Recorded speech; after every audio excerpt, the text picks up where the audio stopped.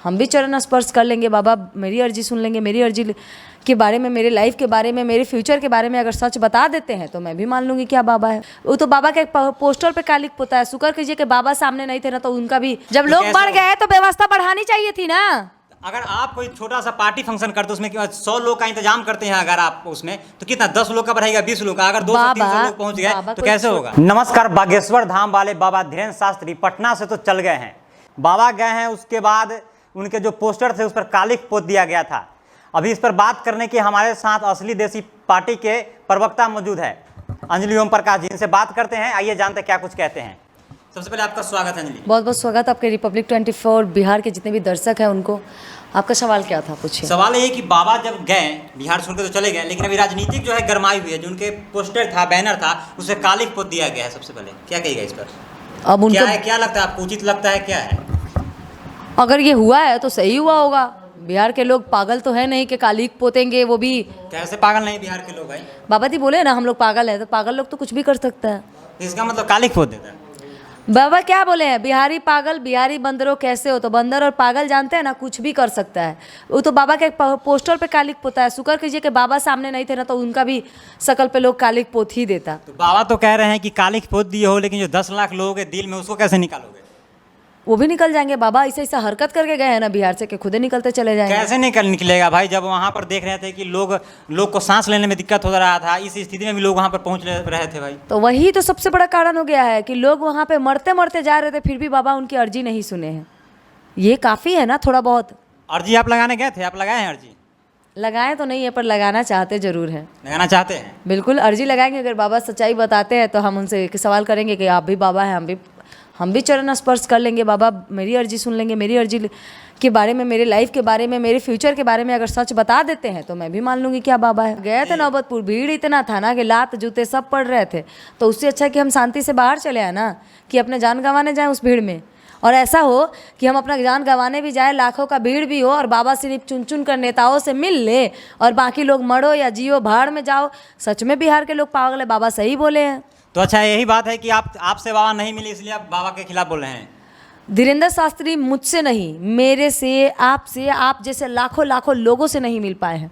तो नहीं मिले इसीलिए उनका विरोध कर रहे हैं क्या? नहीं, उनके वजह से जो 130-35 लोग पहले दिन में जब बीमार हुए, हॉस्पिटल पहुंच गए, जिनके खाने पानी के लिए व्यवस्था नहीं की गई।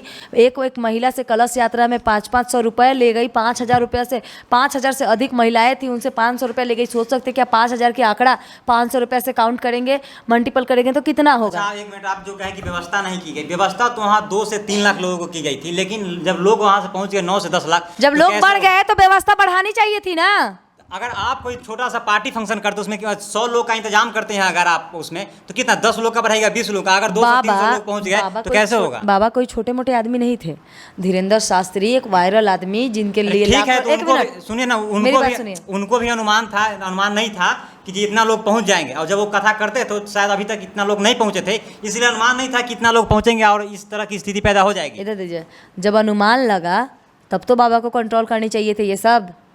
जब अनुमान लगा, जब पता चला कि ये सब हो रहा है, पहला दिन जब महिलाएं बीमार पड़ने लगी तो क्यों पानी का टैंकर बढ़ाया नहीं गया? क्यों खाने की अधिक व्यवस्था नहीं की गई?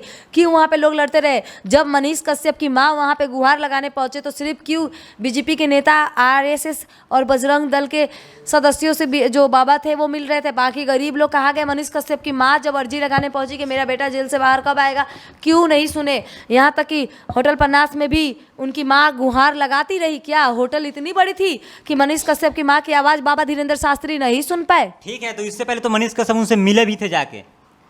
अब बताइए, मनीष कश्यप को तो पहचानते थे ना मनीष बाबा। कश्यप जब तक जेल नहीं गए तब तक मनीष कश्यप बाबा बड़ा इज्जत करते थे, बाबा मनीष कश्यप का। और जैसे ही मनीष कश्यप जेल चला गया, उसकी माँ गई तो उसकी माँ का कोई अहमियत नहीं रह गया बाबा की नजरों में। अच्छा, अभी आपने एक बात कहा कि भाजपा के लोगों से बाबा मिलते हैं, तो एक बात बताइए कि जब कोई धर्म का कथावाचक आता है, धर्म का प्रचारक जब कोई आता है, तो क्या उसको रिसीव करने के लिए किसको जाना चाहिए? किसी खास पार्टी के नेता के, या कोई पटना के महावीर मंदिर हुआ या इस्कॉन टेम्पल हुआ, इसके आचार्य नहीं थे, इसके पुजारी नहीं थे जो उनको रिसीव करने जाते? आचार्य का बात कर रहे हैं, महावीर मंदिर का आचार्य उनको रिसीव करने जाएगा। उसी आचार्य को तो उनके बाउंसर्स धक्का दे दिया कुणाल किशोर जी को। फोटो देखे है ना?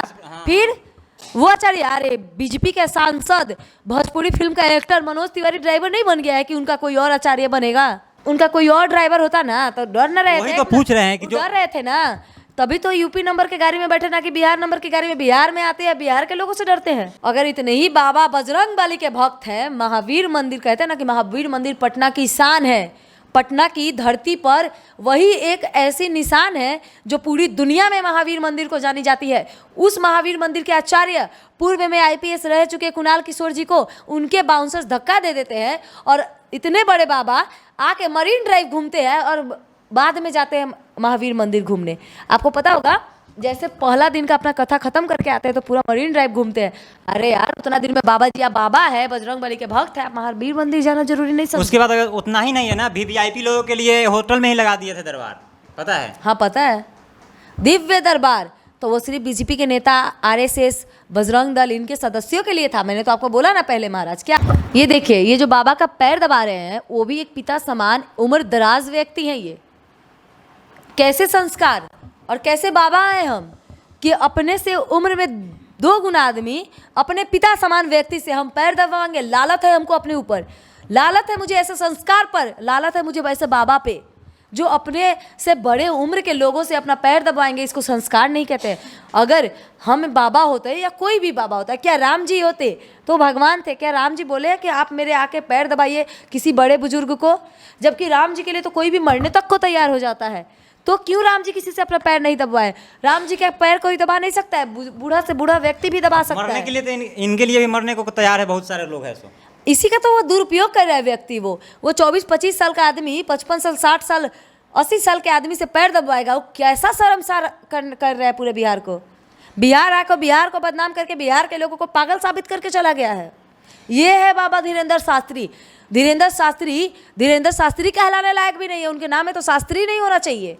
उनका नाम है ही नहीं शास्त्री, आदमी है वो। धीरेन्द्र कृष्ण गर्ग उसका नाम है, शास्त्री तो लगाए हैं अपने। वही तो गलती की है ना, उनको तो ये नाम नहीं लेना चाहिए अपने नाम के अंदर। गया है ना, देखते हैं इसी की तरह वहाँ पे भी भीड़ होता है। अब देखते हैं कि कालिक उनके पोस्टर पे पोती जाती है या उनके शकल पे।